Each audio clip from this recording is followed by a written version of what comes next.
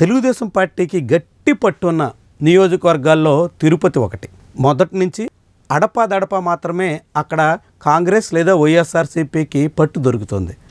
అలాంటి నియోజకవర్గంలో 2024 ఎన్నికల నాడు జనసేన పార్టీ తరపున ఆర్ఎన్ శ్రీనివాసులు విజయం సాధించారు. బలిజ కులస్తుడు కావడం, ప్రభుత్వ వ్యతిరేకత ఉండడం, రెడ్లు వ్యతిరేకంగా మిగిలినటువంటి కులాలంతా ఒక్కటి కావడం, ఇవన్నీ కలిసొచ్చి తొలిసారిగా తిరుపతికి బదిలీ అయిన చిత్తూరు నేత భారీ విజయంతో గట్టెక్కేదానికి దోహదపడింది. కానీ ఏడాదిన్నర తిరిగే లోపే జనసేన పార్టీ ఎమ్మెల్యే మీద జనానికి ముఖం ముత్తేసినట్టుగా కనిపిస్తోంది.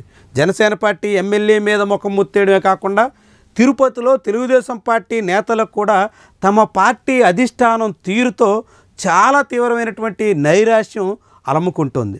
చాలా కాలం పాటు తిరుపతిలో తెలుగుదేశం పార్టీకి పట్టు కొమ్మగా కనిపించినటువంటి బలిజ నేతలను కనీసం కూడా ఖాతరు చేయటం లేదు అనే మాట బలపడుతుంది. అదే సమయంలో ఇటీవల కాలంలో తెలుగుదేశం పార్టీ తీర్థం పుచ్చుకొని ప్రస్తుతం అన్నింటా తానే అన్నట్టుగా చక్రం తిప్పుతున్నటువంటి వ్యక్తులకు ప్రాధాన్యత లభించడంతో సీనియర్ టీడీపీ నేతలకు ముఖం ముత్తుతోంది.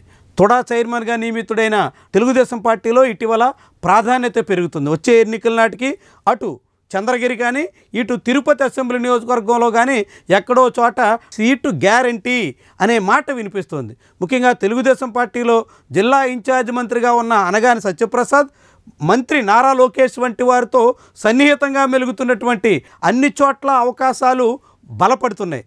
దాంతో చాలా కాలంగా తెలుగుదేశం పార్టీ జెండా మోస్తున్నటువంటి నేతలంతా ఇప్పుడు తీవ్రమైనటువంటి అసహనానికి గురవుతున్నారు. తిరుపతిలో తెలుగుదేశం పార్టీకి పునాదులుగా నిలిచినటువంటి వాళ్ళని కాదని నిన్న కాక మొన్న వైఎస్ఆర్సీపీ నుంచి వచ్చినటువంటి నేతలకి తుడా చైర్మన్ వంటి కీలక పదవులు ఇవ్వడమే కాకుండా వచ్చే ఎన్నికలకు తగ్గట్టుగా ఎప్పటి నుంచే ప్రోత్సహిస్తున్నటువంటి వైనాన్ని ఏ మాత్రం జీర్ణించుకోలేకపోతున్నారు.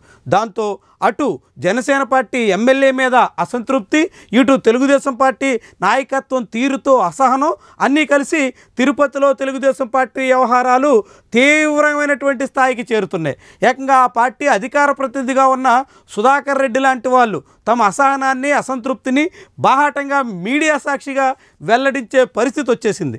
జిల్లా ఇన్ఛార్జ్ మంత్రిగా ఉన్న అనగాని సత్యప్రసాద్ మీద తమ అసంతృప్తిని ఏబిఎన్ ఛానల్ సాక్షిగానే సుధాకర్ రెడ్డి వెల్లడించినటువంటి వైను రాష్ట్ర వ్యాప్తంగా కలకలం రేపుతుంది.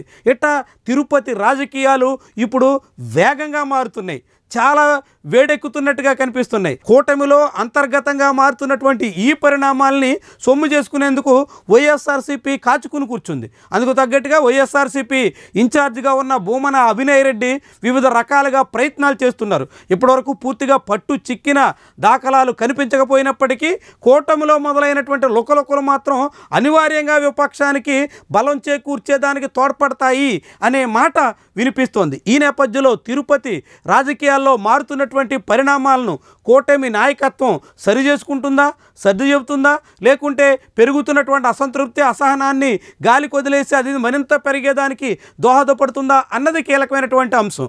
ఎన్నికల ఫలితాల తర్వాత, ప్రభుత్వం ఏర్పడిన తర్వాత కొత్తగా వచ్చి కండువా కప్పుకున్నటువంటి వాళ్ళందరికీ ప్రాధాన్యత పెరుగుతుండడంతో సుదీర్ఘకాలంగా పార్టీల్లో ఉన్నటువంటి వాళ్ళంతా ఇప్పుడు కాడి వదిలేసే దిశలో సాగుతున్నారు. ఇది తెలుగుదేశం పార్టీకి భవిష్యత్తులో తిరుపతిలో పునాదుల మీదే ప్రభావితం చేసేదానికి ఆస్కారం కనిపిస్తుంది. ఈ నేపథ్యంలో టీడీపీ నాయకత్వం చాలా బలమైనటువంటి నియోజకవర్గంలో తమ పట్టు కొనసాగించే దిశలో ఏర్పాట్లు చేసుకుంటుందా, లేకుంటే అక్కడ ఏం జరిగినా పర్వాలేదు అనేటువంటి రీతిలో గాలికి వదిలేసి చేజేతుల తమ బలాన్ని తామే కోల్పోయే దిశలో అడుగులేస్తుందా? ఇదే తిరుపతి రాజకీయాలను ప్రభావితం చేయబోయేటువంటి కీలక అంశంగా మనం భావించాల్సి ఉంటుంది.